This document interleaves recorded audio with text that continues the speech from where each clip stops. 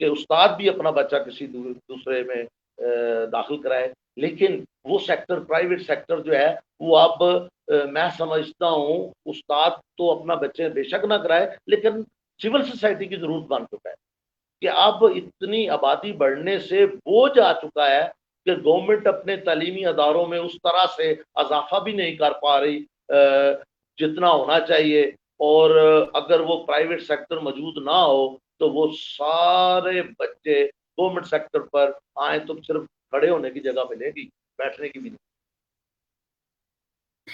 بالکل سر، آپ نے صحیح بات کی۔ اسی کے ساتھ جو ہے میں آپ سے کہوں گی کہ آپ جو ہے ہمیں لاسٹ پہ کیا پیغام، کیا میسیج دینا چاہتے ہیں بحیثیت ایک استاد، پروفیسر؟ اکثر جی بالکل، میں چونکہ استاد ہوں تو اسی حوالے سے میں اپنے والے سے میسج کنوے کروں گا کہ ہم استاد ہیں، ہمارا کام جو ہے وہ انسان سازی ہے، یہ بڑا کٹھن کام ہے۔ قوموں کی تعمیر اور بربادی میں، عروج و زوال میں استاد کا اہم کردار ہے۔ ایسے استاد جس قوم کو میسر آئیں اور اچھی مائیں جس قوم کے مقدر میں ہو وہ ہمیشہ سرخرو ہوتی ہے۔ میری سول سوسائٹی سے بھی اور اپنے اساتذہ سے یہ اپیل ہے کہ آئیے ہم اپنی اپنی جگہ اپنا محاسبہ کر کے اپنے مستقبل کو بہتر بنانے کی کوشش کریں، جو کمیاں رہ جائیں اسے دور کریں۔ بچہ جب تعلیم و تربیت سے دور ہوتا ہے تو اس میں جہاں اور عوامل ہوتے ہیں وہاں بنیادی طور پر استاد اور والدین تو ذمہ دار ہیں، ہم بچ نہیں سکتے کسی حوالے سے۔ بلکہ میں اکثر اپنے طلباء سے بھی یہ بات کہتا تھا کہ قیامت کے دن محشر کے میدان میں سخت حساب ہوگا کچھ طبقات کا، ان میں اساتذہ، ججز، علماء اور حکمران، ان کی بچت نہیں ہوگی۔ عام آدمی کی نسبت ان سے جی زیادہ پوچھا جائے گا، لہذا میں اپنے حوالے سے بات کروں گا کہ ہمیں اس میدان محشر میں جواب دہی کے لیے ہمیں کوشش کرنی چاہیے، جو کمیاں کوتاہیاں ہم میں رہ جاتی ہیں اسے ہم دور کرنے کی کوشش کریں۔ انسان مکمل کوئی بھی نہیں ہوتا۔ میں ابھی تک بہت سی چیزوں کو سیکھتا آ رہا ہوں 37 سال میں بھی، اور کئی مرتبہ نادم بھی ہوتا ہوں کہ یہ کام بھی مجھے کرنا چاہیے تھا جو مجھ سے رہ گیا ہے، لیکن کہتا ہوں چلیں اب کر لیتے ہیں۔ ہر ایک کو اپنا محاسبہ کرتے ہوئے آگے بڑھنا۔ بالکل سر، یہاں پہ کچھ لوگ جو ہیں آپ سے ریکویسٹ کر رہے ہیں کہ آپ جو ہے اشعار سنائیے۔ عبد الواجد ہیں، انہوں نے ریکویسٹ کی ہے کہ تھوڑے اشعار کی گزارش ہے سر سے، اور احمد شکیل صاحب بھی جو ہیں وہ بھی چاہ رہے ہیں کہ آپ جو ہے شاعری سنائیں۔ سر جس سے شاعری سننا چاہتے ہیں پلیز، جی ریکویسٹ آئی ہے۔ جی جی بالکل، کیونکہ میں اردو ادب کا استاد کیا طالب علم ہوں، میرا شعبہ ہی اردو ہے، تو جی بالکل شاعری سے بھی مجھے شغف ہے۔ میں غزل بھی ہوں، کہتا ہوں، نظم بھی کہتا ہوں۔ تو سب سے پہلے میں نعت کے چند اشعار جو ہیں ان سے جو ہے وہ آغاز کرتا ہوں۔ بالکل میں گناہ گار ہوں، میں سیاہ کار ہوں، نامہ خالی میرا یا نبی یا نبی۔ میں گناہ گار ہوں، میں سیاہ کار ہوں، نامہ خالی میرا یا نبی یا نبی۔ پھر بھی رحمت کا تیری سہارا مجھے، مل گیا آسرا یا نبی یا نبی۔ سبحان نہ اللہ۔ ہی الفاظ تھے نہ تھی منہ میں زباں، آڑے آتی رہی میری کم آئے گی۔ نہ ہی الفاظ تھے نہ تھی منہ میں زباں، آڑے آتی رہی میری کم آئے گی۔ ایک عرصہ ہوا نعت کہنے کو میں، یوں ترستا رہا یا نبی یا نبی۔ پھر اچانک ہوا مجھ پہ آقا کرم تیرے انوار کا اذن اظہار کا، پھر اچانک ہوا مجھ پہ آقا کرم تیرے انوار کا اذن اظہار کا، میں یوں قابل ہوا ہوں تیری نعت کے، مل گیا حوصلہ یا نبی یا نبی۔ اور شعر دیکھیے گا کہ جی نہ کوئی رنگ تھا نہ کوئی ڈھنگ تھا، نہ تھا پانی نہ مٹی نہ ٹھنڈی ہوا، نہ کوئی رنگ تھا نہ کوئی ڈھنگ تھا، نہ تھا پانی نہ مٹی نہ ٹھنڈی ہوا، میں تو اس وقت بھی تیری نسبت میں تھا، کب تھا ارض و سما یا نبی یا نبی۔ اور سبحان مکتا ہے اس نعت کا کہ مجھ کو آقا بڑا ناز ہے آپ پر، ہو نگاہ کرم اپنے فیضاں، مجھ کو سبحان اللہ، آقا بڑا ناز ہے آپ پر، ہو نگاہ کرم اپنے فیضان پر، لاکھ دشمن ہو میرے مگر خیر کی، پھر چلے گی ہوا یا نبی یا بہت کمال، یا نبی یا نبی، بہت نبی۔ ایک خوبصورت، آپ بہت کے اچھے اشعار سے اشعار۔ کچھ زیادہ دیر تو نہیں لے لیا، ٹائم تو نہیں لے لیا، کوئی جلدی تو نہیں نہیں ہے؟ سر، نہیں بالکل نہیں، آپ جو ہے اشعار کو کنٹینیو کریں کیونکہ یہاں پہ کافی بس لوگ جو ہے چند ایک، سننا چاہ رہے ہیں۔ جی ہاں جی جی، میں کچھ چند ایک غزلیں ہیں وہ آپ کو کچھ اشعار سناؤں گا۔ ایک غزل کے اشعار ہیں جی، نئے اشعار کہنا چاہتا ہوں، نئے اشعار کہنا چاہتا ہوں، پرانے دکھ سنانا چاہتا ہوں، میں ہوں نادان جس سے دوستی ہے، میں ہوں نادان جس سے دوستی ہے، اسی کو آزمانا چاہتا ہوں، اور محبت چاندنی راتیں ادائیں، سبھی کچھ بھول جانا چاہتا ہوں۔ ایک اور غزل کے اشعار ہیں جی، جی وہ میرے دل میں یوں اتر آیا، وہ میرے دل میں یوں اتر آیا، ایک مسافر تھا اپنے گھر آیا، وہ میرے دل میں یوں اتر آیا، ایک مسافر تھا اپنے گھر آیا۔ اور شعر سنیے گا کہ اس نے بھی آنکھ بھر کے دیکھا تھا، اس نے بھی آنکھ بھر کے دیکھا تھا، سارا الزام میرے سر آیا، واہ واہ واہ، اس نے بھی آنکھ بھر کے دیکھا تھا، سارا الزام میرے سر آیا، اور وقت رخصت جو آنکھ پرنم،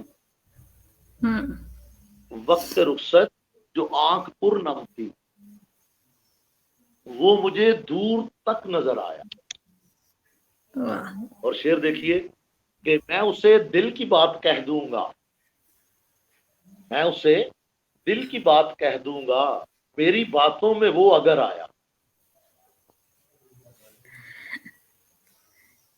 بہت خوب۔ اب ایک اور غزل کے چند اشعار ہیں، جی بالکل۔ تمہاری تمہاری زندگی میں اب صنم میرے حوالے ہیں، تمہاری زندگی میں اب صنم میرے حوالے ہیں، کہ میں نے بھی تیرے خوابوں کے کچھ منظر سنبھالے، تمہاری زندگی میں اب صنم میرے حوالے ہیں، کہ میں نے بھی تیرے خوابوں کے کچھ منظر سنبھالے ہیں، امیر شہر کے پالے ہوئے خوخار کتوں نے، امیر شہر کے پالے ہوئے خوخار کتوں نے، بڑے بازار میں بیٹے کسی کے مار ڈالے، مجھے تاریک راہوں میں یہی محسوس ہوتا ہے، مجھے تاریک راہوں میں یہی محسوس ہوتا ہے، کہ اب کی بار سورج کے بڑے تیکھے اجالے، کہ اب کی بار سورج کے بڑے تیکھے اجالے ہیں۔ اور شعر سنیے کہ مجھے اب کوئی بھی موسم کبھی اچھا نہیں لگتا، مجھے اب کوئی بھی موسم جی موسم، کبھی اچھا نہیں لگتا، نہ تیری یاد باقی ہے نہ یادوں کے شوالے ہیں۔ واہ واہ، اور ایک اور غزل ہے جی، جی جی اس کے چند اشعار سناتا ہوں جلدی۔ کسی کی شوق آنکھوں میں نمی دیکھی نہیں جاتی، کسی کی شوق آنکھوں میں نمی دیکھی نہیں جاتی، کہ یوں ہو در بدر یہ زندگی دیکھی نہیں جاتی. اور شعر سنیے کہ انہیں تو پوچھتا کوئی نہیں جو خون پیتے، انہیں تو پوچھتا کوئی نہیں جو خون جو پیتے، خون پیتے ہیں. شہر والوں سے میری میں کشی دیکھی نہیں جاتی. اور شعر ہے کہ یہاں کیا کچھ نہیں ہوتا سبھی خاموش رہتے ہیں، یہاں کیا کچھ نہیں ہوتا سبھی خاموش رہتے ہیں، تمہاری اور میری دل لگی دیکھی نہیں جاتی. واہ واہ، بہت اب خوبصورت. تھوڑا سا میں کشمیر کے پس منظر میں دو شعر ہیں جی جی. اسی غزل کے ہیں. الہی بھیج دے اب تو ابابیلوں کو کاشر میں، الہی بھیج دے اب تو ابابیلوں کو کاشر میں، تڑپتی ہجر میں یوں زندگی دیکھی نہیں جاتی. واہ. تڑپتی ہجر میں یوں زندگی دیکھی نہیں جاتی، اور نہ جانے کیوں نہیں آتے یہاں جھونکے ہواؤں کے، نہ جانے کیوں نہیں آتے یہاں جھونکے ہواؤں کے، چمن میں ایک کلی کی بے کلی دیکھی نہیں جاتی، چمن میں ایک کلی کی بے کلی دیکھی نہیں دیکھی جاتی. نہیں جاتی. اور شعر دیکھیے کہ میرا کیا پوچھتے ہو میں تمہارے دل میں رہتا ہوں، میرا کیا پوچھتے ہو میں تمہارے دل میں رہتا دل ہوں، میں رہتا ہوں. قیامت کی تیری یہ سادگی دیکھی نہیں جاتی. واہ، بہت خوب سر، بس بہت یہ دو کمال کے شعر ہیں اشعار. جس کے بعد اجازت چاہوں گا. دو اشعار ہیں. اور محبتوں کا شباب دیکھا، محبتوں کا شباب دیکھا، حیات ساری عذاب دیکھا. محبتوں کا شباب دیکھا، حیات ساری عذاب دیکھا، لہو لہو تھی زمین میری، لہو لہو تھی زمین میری، قریب روز حساب دیکھا، لہو لہو تھی زمین میری، قریب روز حساب دیکھا. اور ایک شعر ہے یہ خاص کسی حوالے سے نہیں لیکن جنرل بات ہے، اس میں کوئی اپنی طرف کسی نے لے. جی حیا جی سے جی. آ رہی تھی آنکھ جس کی، حیا سے آ رہی تھی آنکھ جس کی، اسی کو زیر نقاب کو، حیا سے آ رہی تھی آنکھ جس کی اسی کو زیر نقاب دیکھا، محبتوں کا شباب دیکھا، حیات ساری دیکھا. بہت شکریہ جی. جی سر، بہت شکریہ، بہت کمال کے اشعار تھے اور بہت سننے میں جو ہے وہ مزہ آیا. تو اسی کے ساتھ جو ہے میں آپ کا دوبارہ سے شکریہ ادا کرتی ہوں کہ آپ نے جو ہے وقت دیا، اور میرا یہ پہلا سیشن ہے جس میں میں نے اتنا ٹائم لیا کسی گیسٹ کا، اور ان سے جو ہے اتنی تفصیل سے بات کی. بہت شکریہ سر. اور لوگوں نے بھی یہاں پہ جوائن کیا تھا ہمیں، اور ان کے آپ نے سوالات کے جوابات بھی دیے، اور ان کی جو ریکویسٹ سے آپ نے جو ہے وہ اشعار بھی سنائے. دوبارہ سے شکر گزار ہوں آپ کی کہ آپ نے جو ہے وقت دیا. میں بہت مہربانی، میں آپ کا شکریہ ادا کرتا ہوں جی کہ آپ نے مجھے یہ موقع فراہم کیا کہ آج میں اپنے شاگردوں سے بھی اور بہت سے اور جانے والوں سے لائیو مخاطب ہوا ہوں. یہ وقت دینے کا آپ کی پوری ٹیم کا بہت شکریہ. آپ جس طرح سے لوگوں سے رابطہ کر کے ان کی باتیں دوسروں تک پہنچا رہے ہیں، یہ بھی اس تعلیم کا ایک حصہ ہے. اللہ تعالیٰ آپ کو استقامت دے اور ہمیشہ آپ کے لیے آسانیاں پیدا کرے. انزا بیٹی بالکل، بہت شکریہ. بہت شکریہ سر. دعاؤں میں یاد رکھیے گا. اللہ حافظ. اللہ حافظ.